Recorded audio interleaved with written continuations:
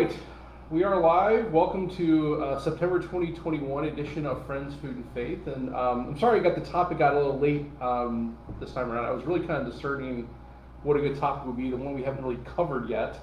And I think we kind of have covered this in some form or whatever or another, but I think it bears repeating. Also bears going a little deeper. So the topic tonight is why live a moral life. So we may first talk about what that means to begin with, because I think different people have different opinions about what a morality is, what that actually means, where it comes from.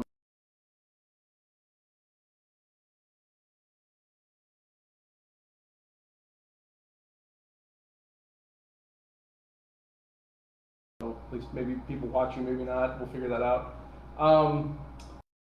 Then we're going to delve in deep depth about why it's good. So this kind of stemmed from a conversation I had with somebody at the 11 o'clock mass this past weekend. Like many people, many of us have children, grandchildren who don't really practice faith anymore, right?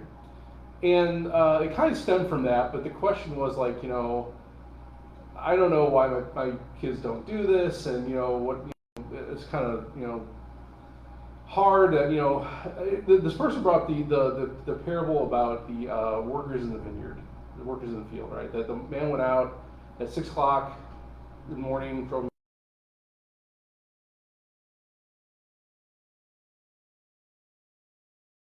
get the same reward, right? And so this person was, you may know who this is, probably already know by now, but this person was lamenting how it seemed that was kind of unfair. And so it kind of got me thinking that the whole point of morality, of living a faithful life, is not so much about the afterlife, which it is, right? The goal here is that we all get to heaven, right? That's the whole point of this life on earth. It gives us that purpose. But the whole point of morality, of living that life of virtue, is really more about the state of life now and happiness now, right? And really kind of bringing that fulfillment of happiness, the kingdom of heaven, to earth. It's not so much about the afterlife. I mean, yeah, you could definitely say that someone can live a life of dissipation.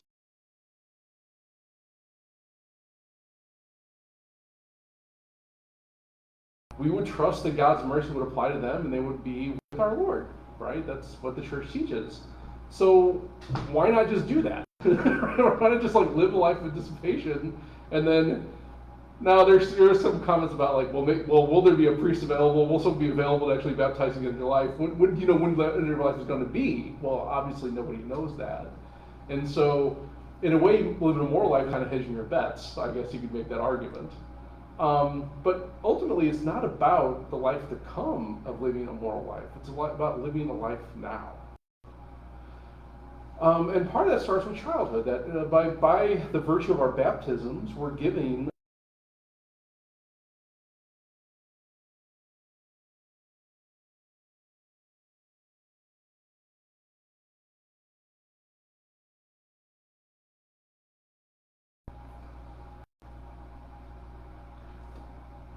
does anyone know the etymology of the word virtue, like where that actually comes from? That's the place to start.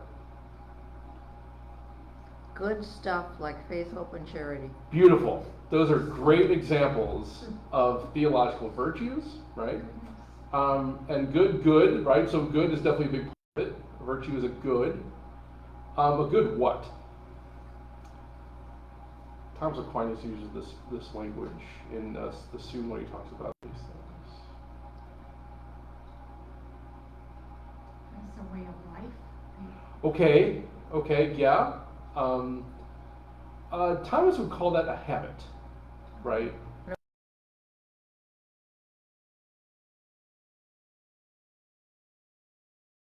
I think it's actually action, right? It's almost like he would call it a habit, like a second nature.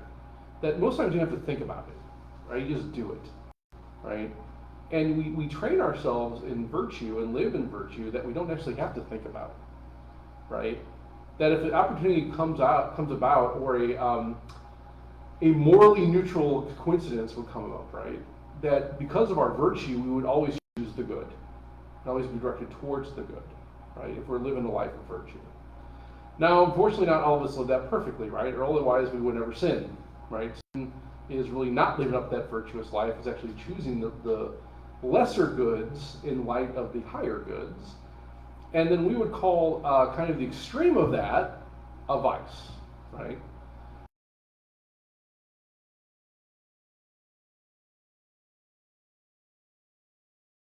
And so someone living in a state of vice, it's much harder for them to see the good and even choose it. So back to that parable, we would say that someone's living in a life of vice, to actually, like, at that end time to actually choose good, it'd be much more difficult for them to do that because of the habits they've already formed in this life, right? Not impossible, but very, very difficult, okay? So the word virtue actually is a Latin word, of course, and it comes from the root vir. Does anyone know what vir means? V-I-R. Anyone have anyone go to shamanad? You veer right or veer left? Yeah, that's V-E-R. Yeah, this is V-I-R, right? Anyone have any people who went to shamanad or know anyone went to shamanad? Okay.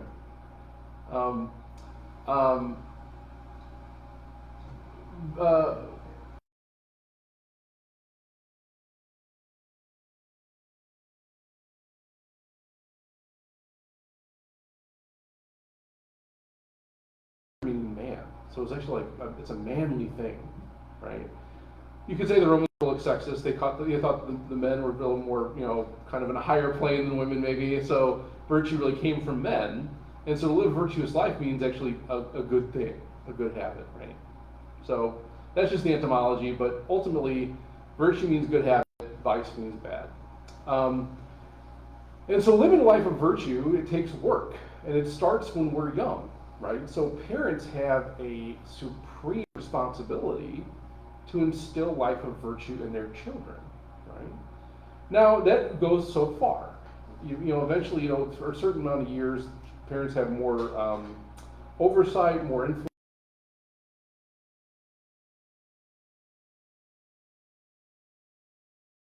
Play, and we can pray if they're good influences. But if they're influenced anything by society, we can probably say for pretty good odds, it's not necessarily good, right? It's not really virtuous when the world tells our young children what's good and what's bad. So that's why we want to kind of learn these things and kind of promote living a virtuous life, because otherwise we may be in some trouble, right? In the long run. Any questions so far? Those that live a viceful life, I mean, it's just kind of their habits. Mm-hmm. Do they even recognize what good is? Well, okay, so let's look at that. That's a good point. So when we talk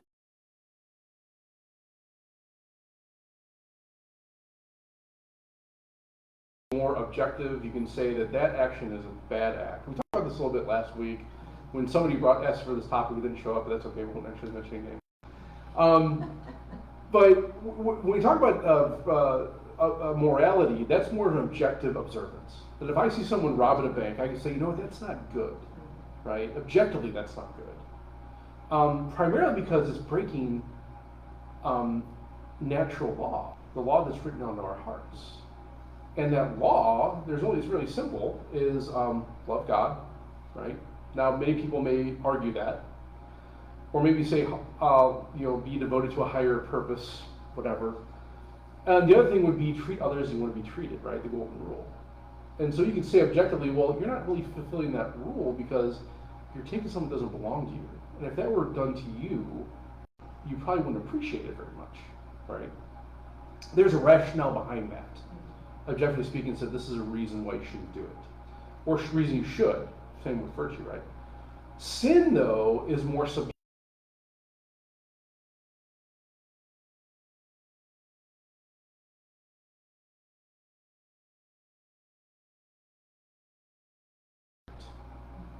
Right?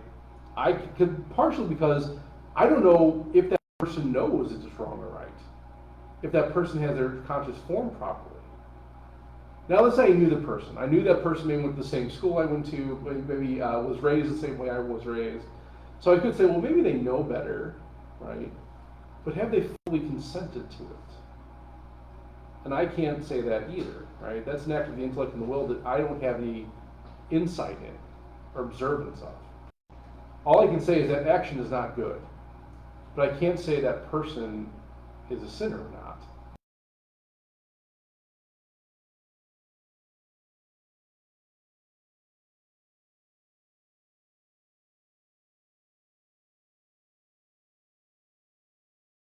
We wouldn't sin if we weren't good in it, right? Now, oftentimes we choose these goods, but they're in the hierarchy of goods. They're on the lower end, right? We tend to misprioritize the goods. So, for instance, someone's robbing a bank. It's not bad to have wealth. Wealth is, morally speaking, wealth is relatively neutral. It's a means to an end. It's not an end in itself. But you could say, well, I'm going to use this money to go build an orphanage or feed the poor or whatever. Okay, that's a very good intention, right? But that doesn't necessarily make the act any less wrong. But we could say a person is choosing the good.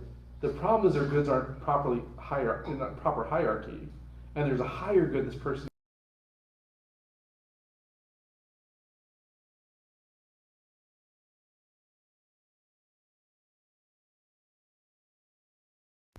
Right? We tend to live in a hypersexualized culture, right? That's kind of happened over time. You can kind of see the progression over time how that's happened. So you could say like, well, someone who maybe engages in pornography or extra, premarital sex or something, right? Okay, well, pleasure in itself is not bad, right? But you can say that someone engages in that act, they're not actually seeing the good that's higher than that pleasure, namely self-sacrifice, right? The act of creation at that end that actually is directed to, act of creation with God. It's an act of commitment with another human being. That's a much higher good than just base pleasure. And so someone may engage in that will say, well, okay, they're choosing the good. The problem is they're not seeing the higher good, or they are seeing it and they're saying, nope, I want this instead. And that's where sin comes into play. That when I'm sinning, what I'm saying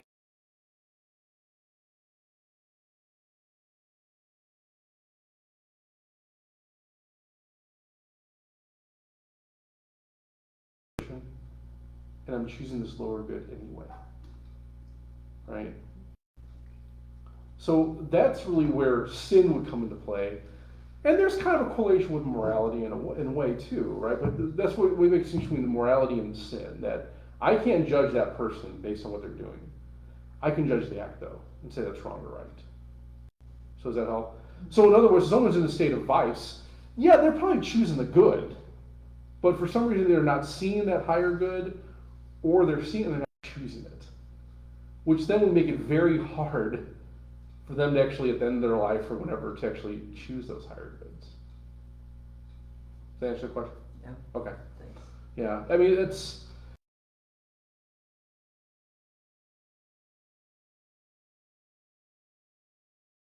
Part of formation consciousness is we have to ask ourselves, well, okay, do I know this? And if I don't, should I?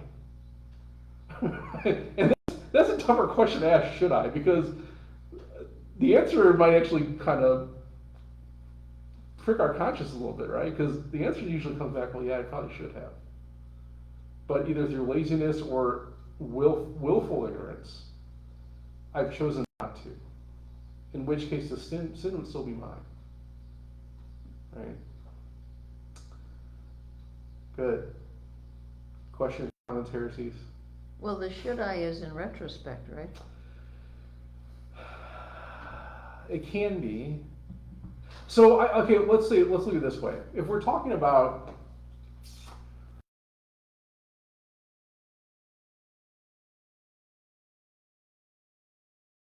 the Ten Commandments, talk about morality in a way, right? And how that plays in their life. And so now someone who takes that class, right? We can say, well, I've said this to them. I've taught them this. Now, whether they've accepted it or not, well, that's kind of them. Maybe some were daydreaming when I was talking. That's possible. I know I've done that too, right? But you can't say you weren't told it, right? So primarily we're talking about this, you could say, yeah, it could be like what we call a priori, which is like after the fact. Oh, I'm sorry, a priori, which is before the fact, or a posteriori, which is after the fact, right? Meaning, okay, we can talk about these situations and say, talk about the morality of it in general, right? That hopefully would feed into somebody in that when it comes to that circumstance to actually make that right choice.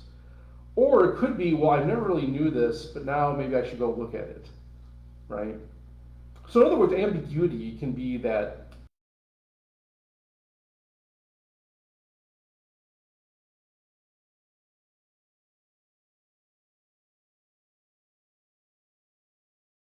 in which case you're making a willful act to say no to that formation of conscience, right?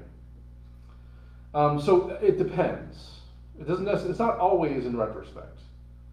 So for instance, we used last week, some of you guys were here.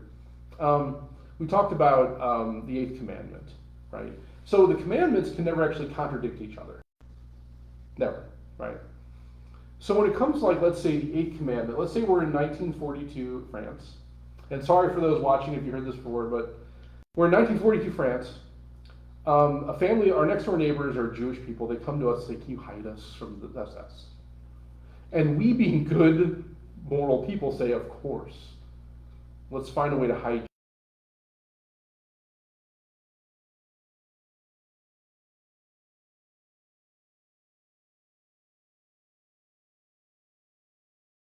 That you're hiding Jews in this house. Is that true? Are you hiding Jews in this house? Now, what do you say? I would never hide Jews. Find them. Well, okay, that's a very. Now, what you're kind of alluding to that you are saying that, but I mean it's difficult, right? Because we can't lie. We can't lie. That'd be a violation of the eighth commandment. And provided we knew that, we knew better, and we still did it anyway, we're committing a mortal sin. Right? But we are given the gift of intellect to deceive. And in certain circumstances, deception is okay. Such as if you're trying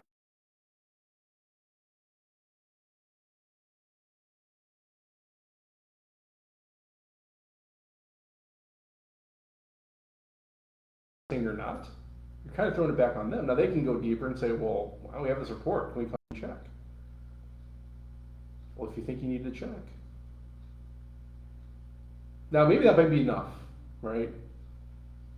But we're called to use that intellect in those circumstances, not to lie, but may not necessarily give 100% of the truth, right?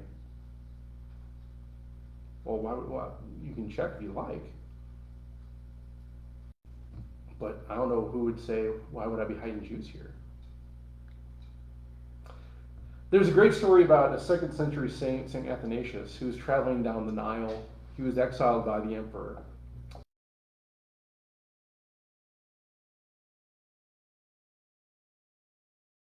Die.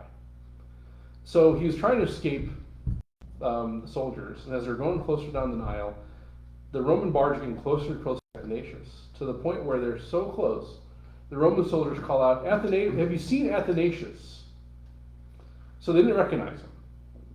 To which he replied, keep going, you're very close.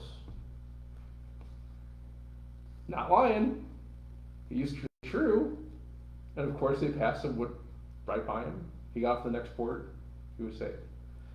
But that's what we're talking about. You can never contradict the commandments. The commandments can never contradict themselves, right? But we always have to use our gift of intellect to recognize those moments and choose the moral thing to do, right? How would that differ from sin?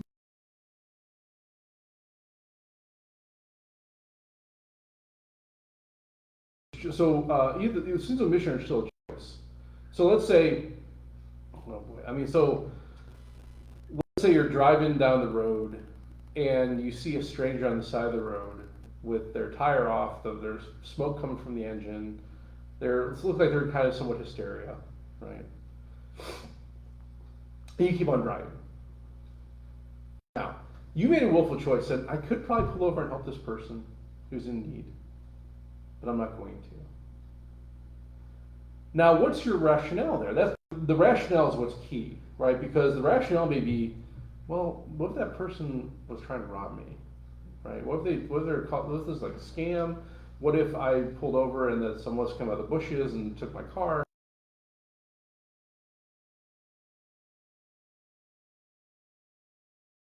But let's play it a little different. Let's say you knew the person. Let's say it was your neighbor or fellow parishioner. You were driving down the road and you saw them on the side of the road with their car on fire or whatever, and you just kept on driving. That one's a little bit more particular, right? And so we would be called in that moment to pull over and help because of the relationship we have, but also there's a pretty good certainty that there's probably not going to be someone jump out of the bushes and try to rob you, and even if they did, well, you know where they live, right? So it's not like it's going to be that big of a problem. But there's still a willful act involved in the omission, and that's where the sins of omission will come into play, right? So when, in the topic like the 1940 France or Athanasius, you're giving the truth. Now you may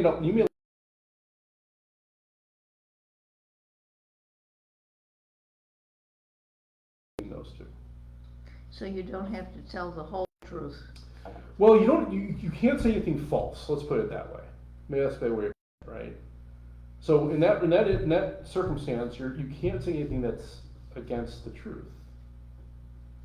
But you could deceive, right? But you have to be really quick, I mean. You do, and that's part of what we talk about living a moral life. It's actually kind of, that becomes a habit, right? It becomes second nature. Now, praise God, we haven't had to be in those circumstances since 1942 France, at least here in the United States, in the Western world, other places, sure. But you never know, right?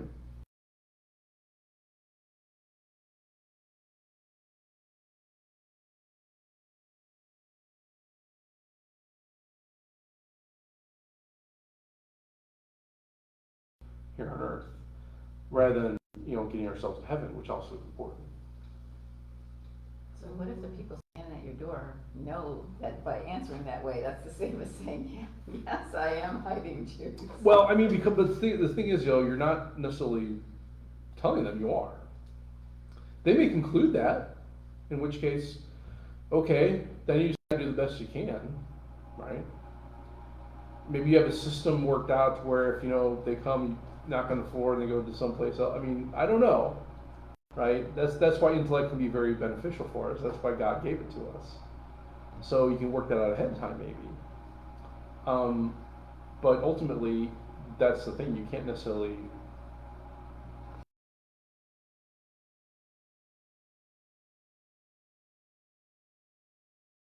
their lives. Yeah, it's not easy. No one's saying it's easy, right? But that's why it's important to live that moral life, so we can actually train ourselves to do those things. Great. Questions, comments, concerns? So it's moral to deceive. In certain circumstances. Okay, so again, the circumstances, we're talking about morality. There's kind of three criteria, right? Same thing with mortal sin. There's three criteria. Threes are always a big number in the moral life, right? Trinity, right? But for morality, there have to be three things that are present. First, the object. What are we doing? What is the action, right? Second is the intention. Okay, why is this person doing that, right?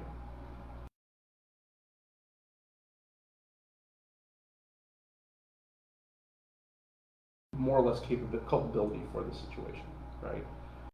All three of those have to be good for it to be called a moral action. Only one needs to be wrong for it to be a bad, an immoral action, right?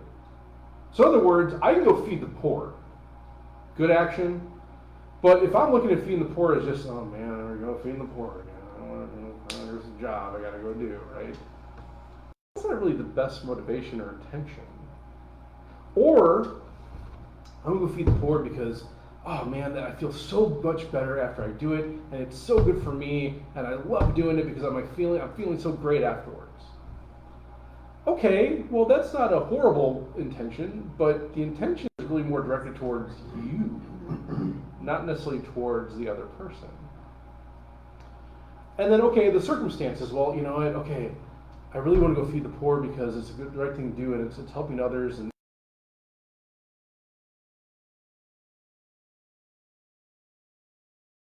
crying, and I got, you know, my daughter needs her jumper sewn, and I got to make dinner, but I'm going to go feed the poor anyway because that's more important.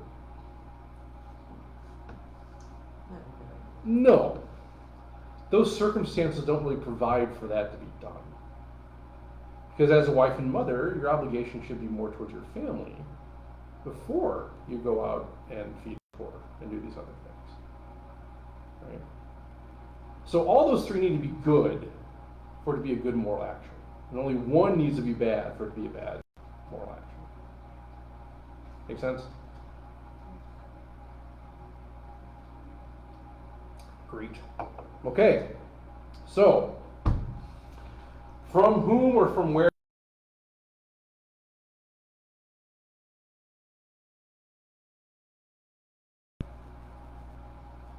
I hope everyone here would probably know, but maybe not. Because there are different schools of thought on this. Even within the Catholic context, there's kind of different schools of thought. Maybe not, they vary more by means, not necessarily by ends or sources, but we can kind of maybe debate how how to live a virtuous life and what it means.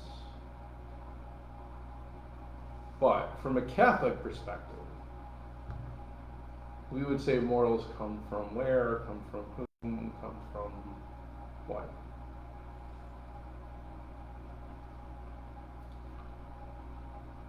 Or if we don't know, maybe we can go through a thought process. Who's maybe brave enough to say what they think?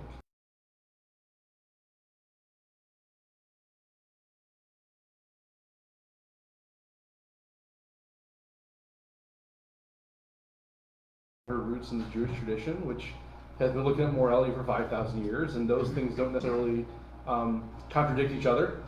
So I think that's very good. That's a good start. Prior to the church, though,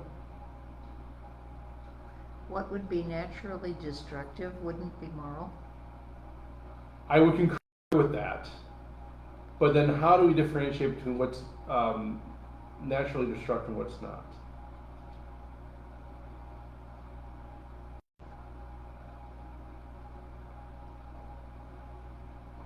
Would we innately know what's naturally destructive? Interesting. Okay. That's very possible.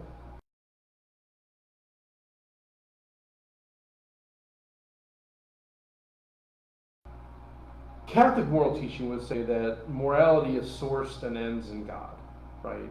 It comes directly from God, and it's directed towards God. And how we actually interpret that is innately, it's written on the human heart. We call that natural law, right? And that starts with these first principles, that once you understand the terms of what these things mean, you just automatically understand what that means, practically speaking, right? So once I understand that I'm me, and there's things outside of me, right?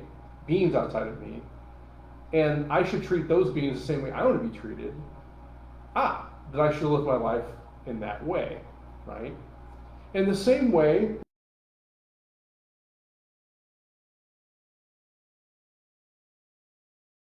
but once I understand there's a source of all things, right, from which all these things come, and I am one of those things, then I owe a certain amount of respect and dignity towards that. Then I should live my life according to that way, right? So we call it the vertical and the horizontal of the moral life, right? There's the horizontal is all of us, and the vertical is between us and God, right? Interesting forms of cross, but here nor there. But that's what that's what we say innately is written on our hearts, that we should understand that we are not infinite, we are not all-knowing, we're not all-powerful, yet there is a source that is, philosophically speaking, which we would call theologically God, and that since I am a being made in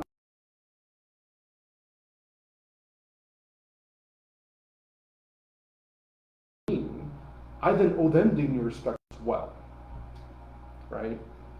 That's innate. Once we understand that, okay, I can live my life according to that way. And every choice I make up until with that knowledge is either directed towards that or it could be directed towards just me, right? So innately, what that means, well, yeah, of course, that comes from within. It comes from our human dignity, but that dignity is sourced something external to us, right? There's a creator. There's something external to me that made me, that allowed me to be created, that allows me to even exist, and therefore I need to dedicate myself towards that higher authority.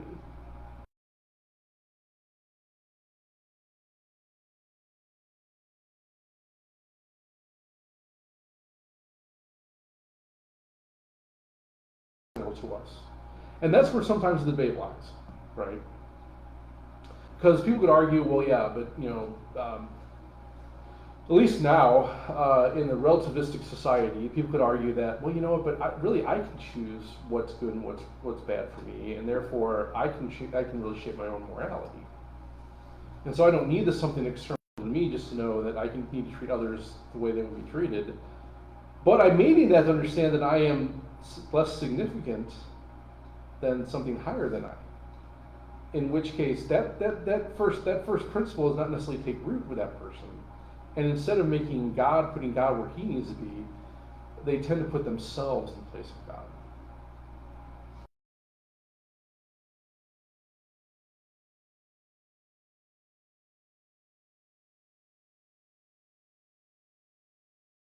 A philosophy or a worldview that says, well, there's nothing above me. I'm the highest being that's created in this universe.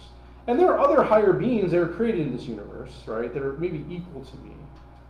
But we're all, in a sense, gods of our own universe. Therefore, I shouldn't worry about anything higher than me. But I do have respect for people around me because we share nature, we share whatever it may be, right? That would be an atheistic point of view. Yes, an atheist or maybe an agnostic point of view in some cases. But yeah, what we're seeing today, though, is in the relativist society is that's really at the crux of that argument. So relativism, does anyone know relativism, what that means? I think we talked about this before, but does anyone have an idea of what that means?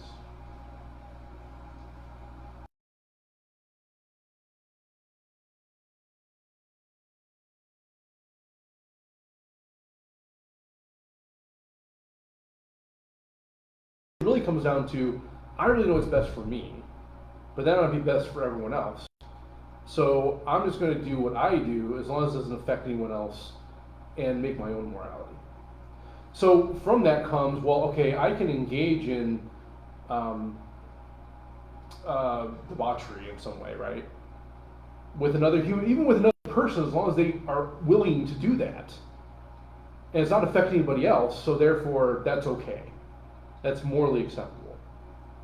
Or I can go live a life of dissipation and just, dedicate my life to money and just heap all this money and try to, get all this influence and power.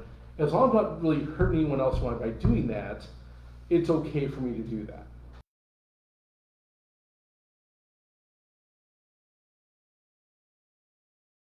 Of your own universe instead of the proper person who should be God, right?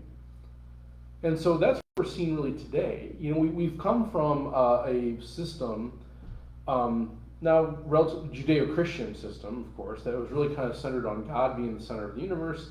That from Him flows these goods, these goods, these choices, this free will. All these goods that we have come from Him, and because of that, we owe some dignity to God, and really owe our devotion and our entire lives to Him because of that. And we should use that to its proper end, which means to get back to Him and offer it back to Him. And for about 1,700 years, that was kind of the mentality in the Western world. That look, we have a Christian society that is dependent on individuals doing good, living moral lives, and really because of that, that actually contributes to society as a whole.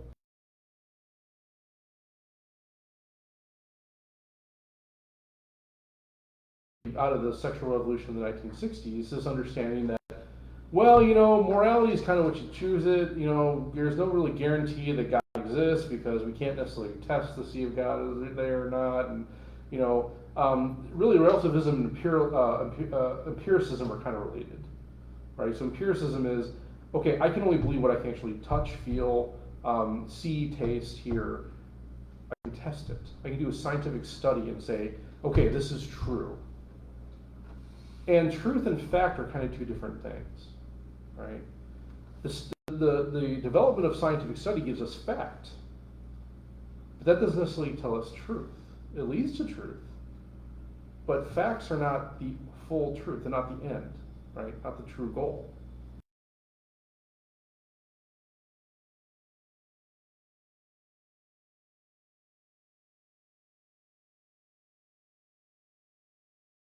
Authority, in which case I can control my own world. And as long as I don't bother anybody else, great. Right? So that's kind of where we've come from. So any questions about that? Okay. So we've always understood from a Catholic standpoint in anthropology and philosophy that there always is a lawgiver. Aristotle and some of the other early philosophers called this the immovable mover. Right? So, in other words, the Greek philosophers observed that there was sort of a process to the world, process to the universe, process to life. And if there's a process, there has to be a processor, right? And there's certain laws of nature that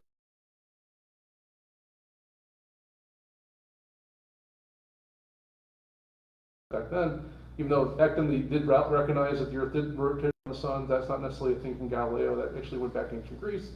Okay, the sun rises in the east and sets in the west. There's a process of flow to the world. And if there's a process and a flow of this world, there has to be something that keeps it going, keeps it in motion, keeps it from stopping, right? And then we will call that God. Thomas Aquinas picked that up, and he had these 5 proofs from God, and we call that the proof of contingency. That there's a process that we observe as human beings in the world and the universe, and if there's a process, to be a process giver, someone that keeps it going and starts it and even stops it. And we would call that person the agent, the divine agent, meaning God. Right?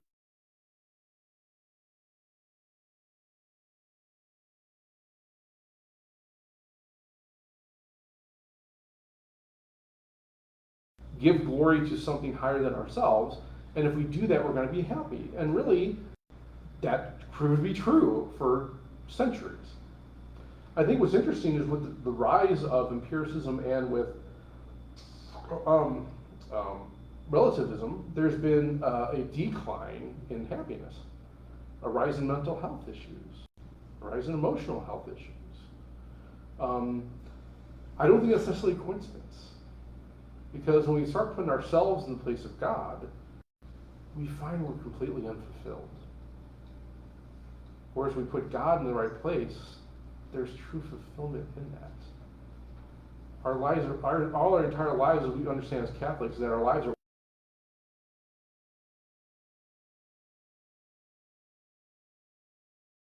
we have sin, hence we have evil, hence we have all these bad things that happen in our lives. And there we have also rise in unhappiness and mental illness and emotional problems. So I think there's definitely a correlation, if not a causation there. But that's kind of what we understand, that our morality is given to us directly by God. Now, God has produced these things not only in the hearts of men, people, but also given us direct contact with Him. In the Old Testament, Moses, he gave us these 10 rules, right? 10 commandments.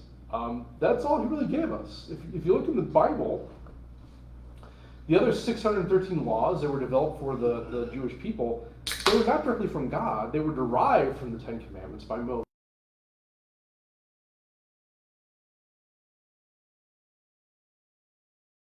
Also for the benefit of the community, and also to give proper worship to God. So God just said, hey, look, there's no other God beside me. Don't use my name in vain. Take a rest on the Sabbath like I did, right? Honor those in authority. Don't kill each other.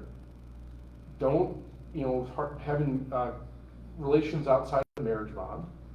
Don't take anything that doesn't belong to you, and give each other respect and dignity. Primarily, that's what the Ten Commandments boil down to. Everything else, like don't boil the calf in the mother's milk, well, okay, well, what does that mean? Why would that be a thing? Well, maybe back then there was some issue about, we look at mad cow, right? Mad cow disease, right? I mean, okay, well, they knew something about.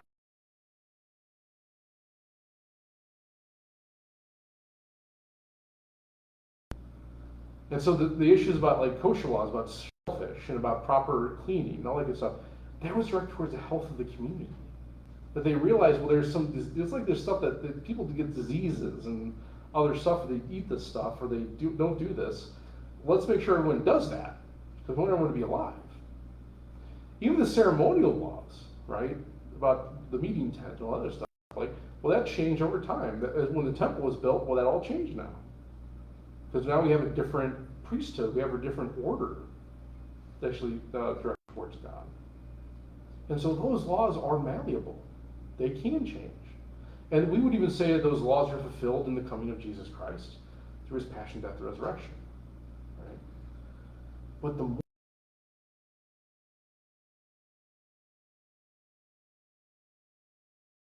went against, contradicted the Ten Commandments. He expanded on them with the Beatitudes and certain teachings he had, sure. But those 10 were always the same. Right? And even today, they're still in effect. So we find, though, over time that if you really just follow those laws, happiness ensues. Right? Now, you could say there's certain, mental blocks or societal things that kind of influence, and that does happen. That's where concupiscence comes into play. But ultimately, these things have never been contradicted. Right? So those still in effect, and they still apply to our lives today.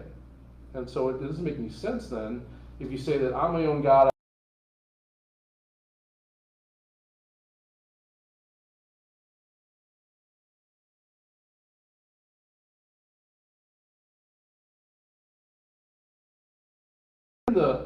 They're in the phrase of negative, right? Except for the first three. The first three are positive. Keep holy the Sabbath day. Well, don't use the Lord's name in vain. There's only one God. Love me above all things. Honor your father and mother. So those are kind of positive, right? Then we get thou shalt not, and thou shalt not, and thou shalt not. But all those commandments are saying no to a negative, right? Thou shalt not kill. Well, what you're saying is thou shalt uphold life. That's really what it's saying, right? Thou shalt not commit adultery. I need to respect women and men and their sexuality as a good in themselves. Thou shalt not take anything that doesn't belong to you. Well, I should actually respect other people's properties.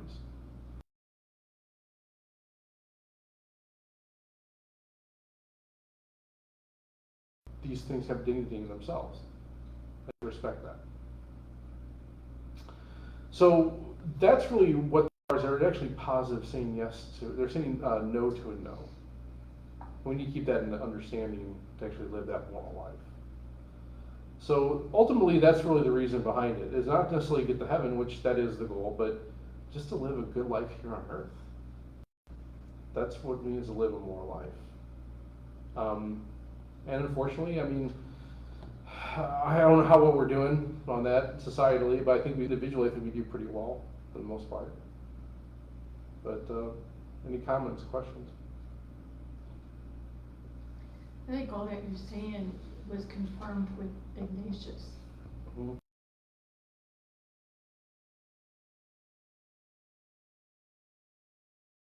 He was reading it. Yeah. I think it's also important to understand that makes a good point. Our understanding of this kind of does develop over time. It was pointed out to me, I think when it comes to things like abortion, some of the more socialists we have, right? A lot of people point back to Augustine and Thomas Aquinas and say, well, you know what, they didn't know when the cell entered the body, so they're implicitly saying that abortion up to a certain time is okay. Well, no, they're not. Thomas and Augustine would always say from the Didache on, and from the very roots of the church, abortion has never been made licit at any stage of development.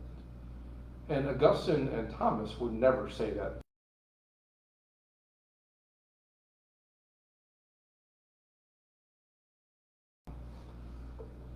For instance, when Augustine was talking about marriage, the question came to him was like, well, when does, one of the goods is progeny, right, is offspring.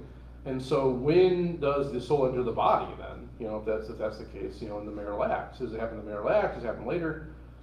And primarily he even admitted, like, we don't really have the science really to understand this. But Aristotle, before me, said that for women, the soul enters the body at 40 days. Or no, for men, the soul enters the body at 40 days, and for women, 80 days. Where does number come from? Who knows? Aristotle said something back there, and it's like, yeah, this sounds right. Okay, let's go with that. Augustine was like, well, he was a smart guy. I don't know any more than he does, so we'll go with that.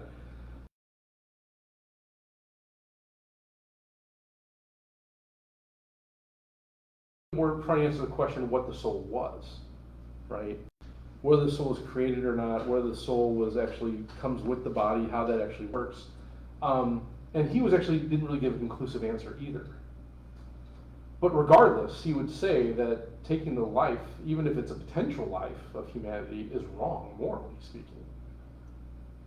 Whether the soul enters the body or not, if you've left on its own the course of nature, this can never not become anything but a human. Augustine said that. Thomas said that.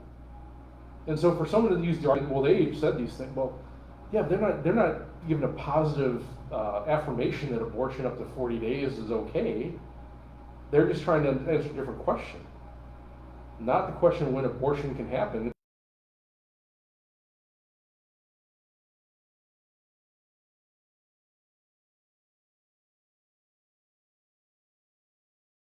Now the church has been very clear in that in its catechism. It happens at the moment of fertilization. Boom, done. Conception, soul. That's it. And that's based on science. That's based on understanding of biology. Right? That's not even a philosophical argument. So it's unfortunate that people try to take some of these great church leaders, these church fathers, and try to manipulate what they're trying to say to actually kind of uphold their own argument. That's just not the case. It's just not true. So I think we would be very cognizant of that, especially in today's society when there's so much misinformation around, and people make conclusions based on out-of-date information or out-of-date data. That we have to really look at these things, understand the context of what these things are being said, understand the morality.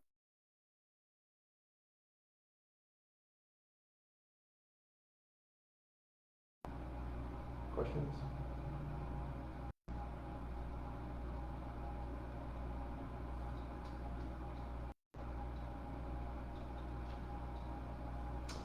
Okay. All right. So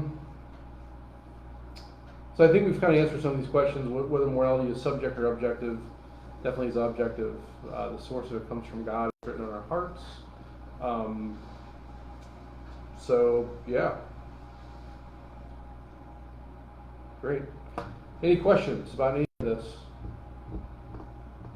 So teachings and what we believe can change based on the information Okay, we have. let's be clear. We're not saying teaching change, right? So teachings can be developed.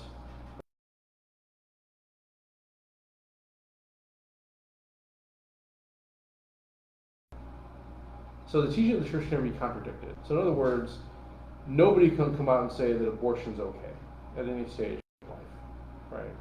But one can say that the soul doesn't enter the body at 40 days after gestation. You could say that too. But that also is, you have to look at the context again from Augustine and Thomas.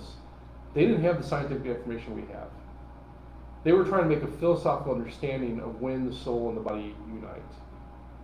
And I think now they would even go back and say, yeah, you know what, we weren't necessarily right on that. It's also important to recognize too that just because a great saint or theologian says it, doesn't mean it's actually true either. There was a lot of things that Thomas wrote in the Summa that just aren't true. but they were based on what Thomas had at the time, based on the data he had.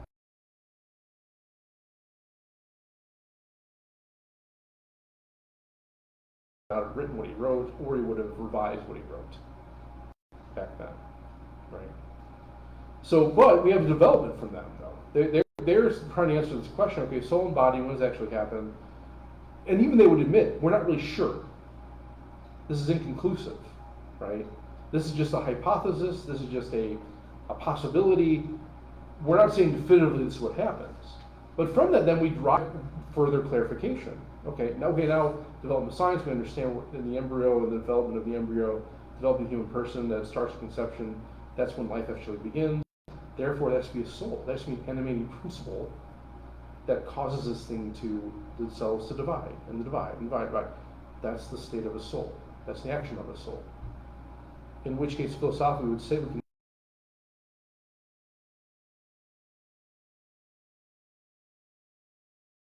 Thomas and Augustine wouldn't have known that cells divide. What they were talking about was like a animating change, right? So, in other words, you can observe from a mother that she doesn't necessarily grow within the first few weeks of gestation, even though the embryo does. But they didn't have like ways of checking that. They would say, well, it seems like at about 40 days for a boy and 80 days for a woman, the mother starts to change, which indicates there's some growth, there's some change of the embryo, of the child. And therefore, that indicates a soul.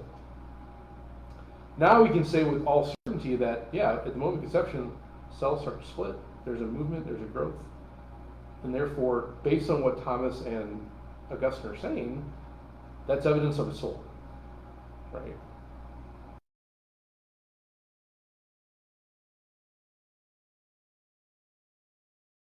What do I mean by that? Because change can imply contradiction. And that's not what we're saying here. Look recently at the development of the church teaching on death penalty, right? Thomas even wrote in the Summa that he thought the death penalty was okay, provided it was done by the proper authority, not the church. He said the church doesn't have any authority to do that, but there's a proper secular authorities that could, and really he saw the death penalty as a way of conversion for the condemned. And he would even say there's only a circumstance where this person was a huge detriment to society.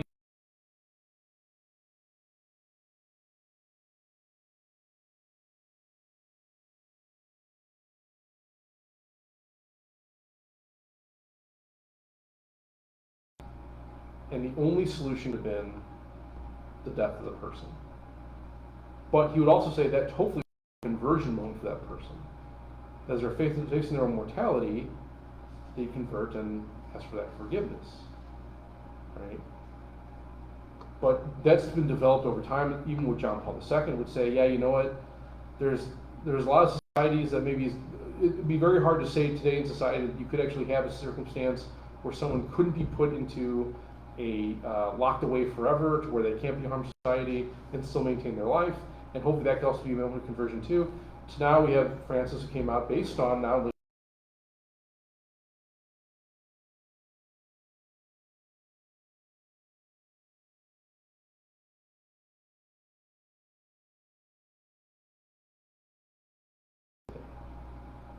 right. So I think we have to be very clear that was a development of doctrine, not a change in doctrine. He saw the roots of it and he really conceived the logical conclusion of that based on development of society. Right. Does that answer your question? Mm-hmm. Okay. Okay, so last thing we want to talk about is religiosity. So religion actually is a virtue. And that's interesting for people that realize that religion is actually an act of justice. Justice is a cardinal virtue, right? So we have faith, hope, and charity, which are the theological virtues, right, given to us by God. We also have the cardinal virtues of prudence, justice, temperance, and fortitude. Not necessarily in that order, right? So religion is an act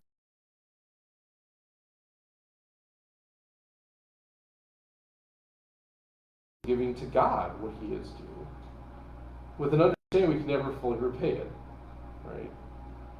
But religion is that act of justice towards God. So when we say, you hear this said in society quite a bit, religion, there's a lot of religions out there, and there's all that kind of means to the end, they all kind of end up in the same place. We want to be very careful about that because, again, we can conclude that people in other religions can end up in heaven too, sure.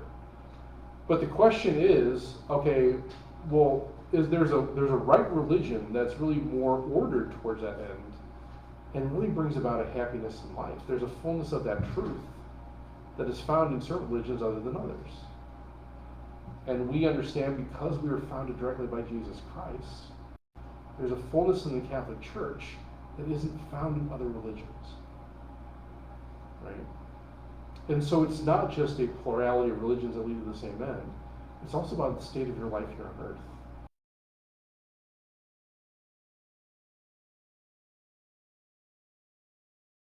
Like the sacraments, like the Eucharist. We're given a headship from the Pope, the Holy Father, that other religions just don't have. And there's a fullness in that coincides with not only what Jesus told us, but also directed towards really the life in heaven. Right? So the church itself is sort of a model for the afterlife. And so we can either live in that truth or not. But religion is definitely would be considered a virtue. So a religious person would be a virtuous person as well. We want to understand that too, because I think a lot of times you have this lot of people out there saying, well, I'm spiritual but not religious. Okay? Alright. So maybe your end is the same, sure. But how is that going for your life today? And also, what does that really mean?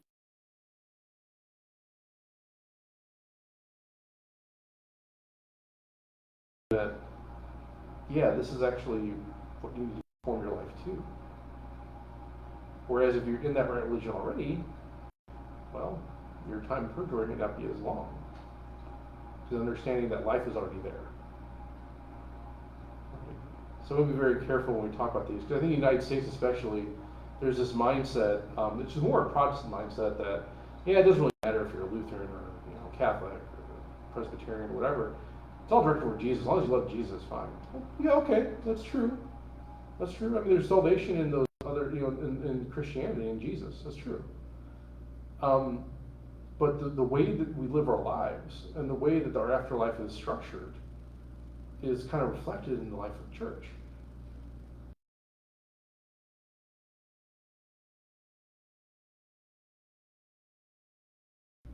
Questions, debates, comments about that? So I think some people might argue that point. Right? Isn't that the same thing as Catholics were better prepared? Yeah, I think you can probably say that. I think we would say that. I think others may argue that. Well, I mean, for instance, I think what I find with a lot of our brothers and sisters of other denominations, we talk about things like mortal sin, venial sin, right? Or the whole issue of like the whole sacrament of confession. For certain denominations, is like kind of foreign. Because you get the argument, why can't you just confess directly to God? Well, you can. But the whole point is that we receive grace in the sacrament to try to do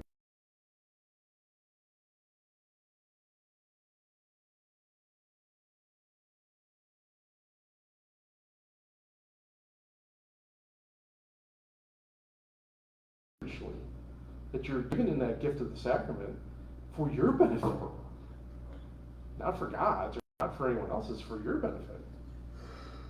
And I think we tend to fail to realize that even though our lives direct towards others, there's a personal benefit in the sacraments and the teaching of the church that's freeing for us, that allows us to actually choose God better and turn to Him and receive that grace in a better way. Where our brothers and sisters of the denominations don't have that. They may have a very deep faith, and praise God they do, right? Great. But there's a grace that's given in these sacraments by the church that they're not getting. And how tragic is that? But they know the Bible.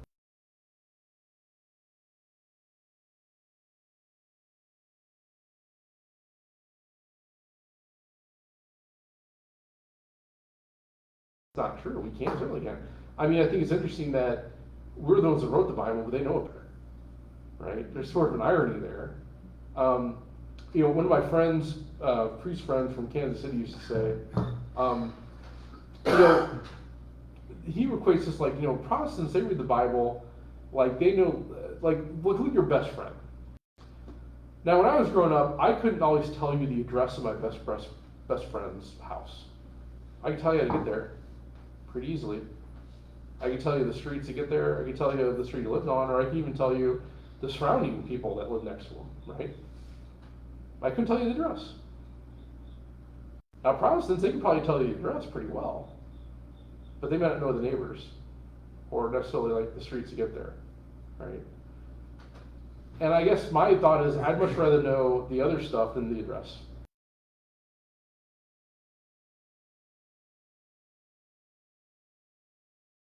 Pretty good analogy. It may fall short in some ways, but I think it's really true. I think we as Catholics really know the Bible more than we think we do. And I think we primarily know it through the liturgy. I mean, everything in the liturgy is that comes directly from the Bible. And we don't know chapter and verse where it comes from, but we definitely know the context of where it came from. So I think that's important. But yeah, I mean, definitely can learn more from our brothers and sisters of other denominations. I'm not saying we can't, but what they learned came from us.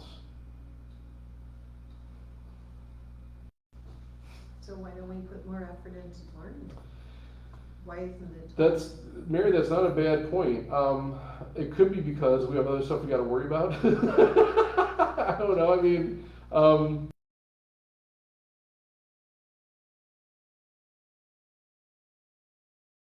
great emphasis by the Protestant Reformation on the Bible. Sola Scriptura, all that good stuff. And I think in order to actually combat that, the Council of Trent and the Church in general tend to swing the other way. They said we're going to focus more on the sacraments, right? That's really the most important thing. These grace-giving channels of the internal dwelling of the Trinity. We really want to focus these because this is what makes us authentically Catholic, right? That and the rule of the Pope. And so we really want to emphasize these things. In the Bible, we have liturgy of the Word, that's important, but the more important thing is the hierarchy of goods is really this. And there's a truth there, in a way, right? I mean, the grace and the Word of God, we may say there's equality there, but in the liturgy, we elevate the sacraments above really.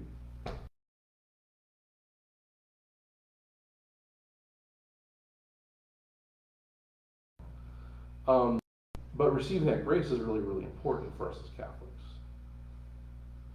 Now, Lutherans have an understanding that the reading of the Bible itself gives grace, and okay, that's maybe true, but not a sacramental grace. And there's a difference in grace. There's a hierarchy in graces too, and there's a difference in the graces, mostly in the effect. And so we'll be very cognizant of that as well. So to answer your question, yeah, could we? Sure. I think we probably could.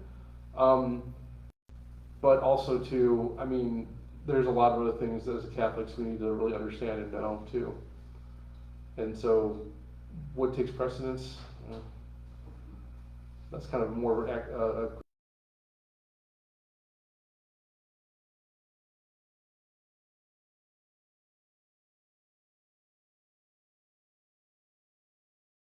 I think that's true. I mean, I could tell you, Matthew 7, that's the Sermon on the Mount. I can't tell you exactly what verse where Jesus talks about, well, I can't, chapter 5, but 1 through 8. But I can't tell you the Beatitudes and stuff like that, right?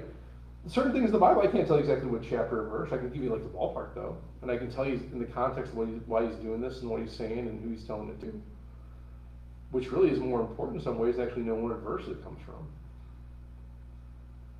So I think that's what I'm saying. I think it's more important to know these other things about even the history of the Bible, like where the Bible came from. Why the books of the Bible were picked rather than other books. That's important too. It all came from the church. So yeah. Are the kids taught that these days?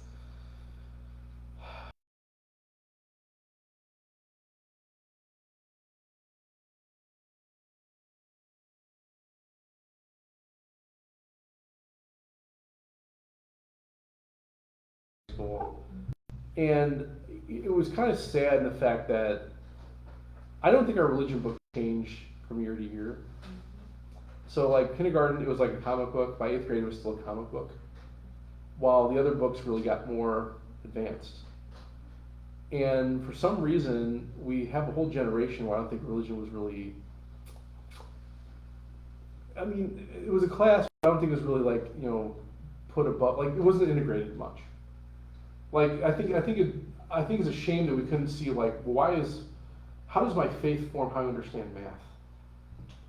Because it should, right? It should kind of have some inplay in that. Or the sciences. How do I use my faith to understand physics? Or biology? Or chemistry? Because if I lose sight of that source, then this other stuff doesn't matter. I don't think that's really happening. I don't think it really happened for me. Whether like this particular stuff about, I can tell you from personal experience, my approach to religion class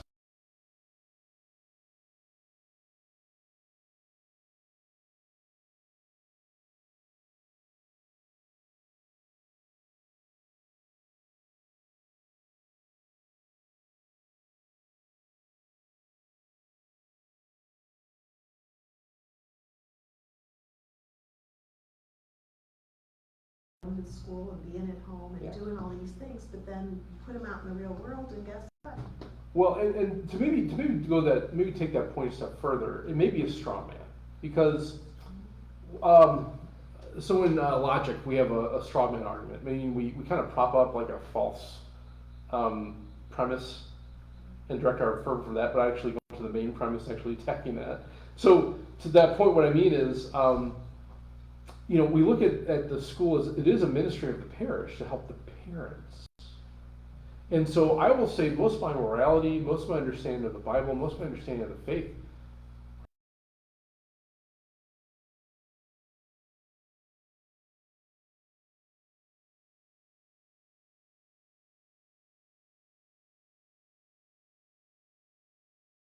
Did I learn much in religion class? I don't think so.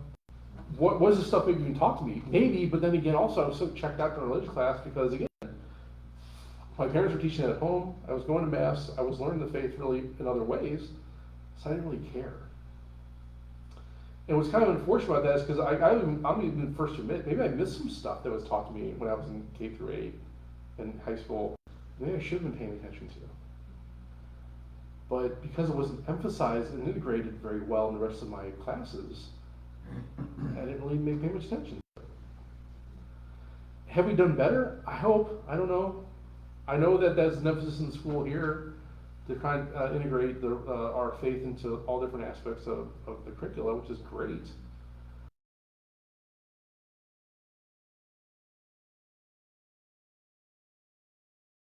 I do try to get in the classroom as much as possible and try to do that, but there's limitations for me too, right? I know I don't appeal to every child, right? I know for a fact there are people that zone out when I talk. That's fine.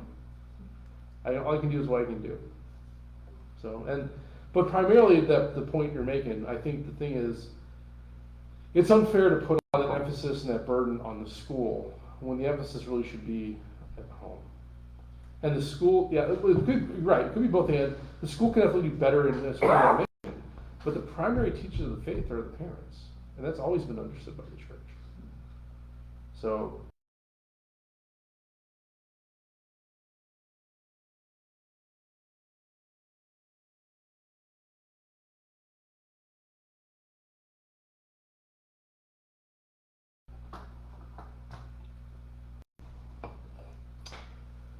Well, it is 8:30 or close to, so I guess we'll go ahead and wrap it up unless there's anything else. Anyone online? There's nobody watching online. Perfect. Okay, so we're good.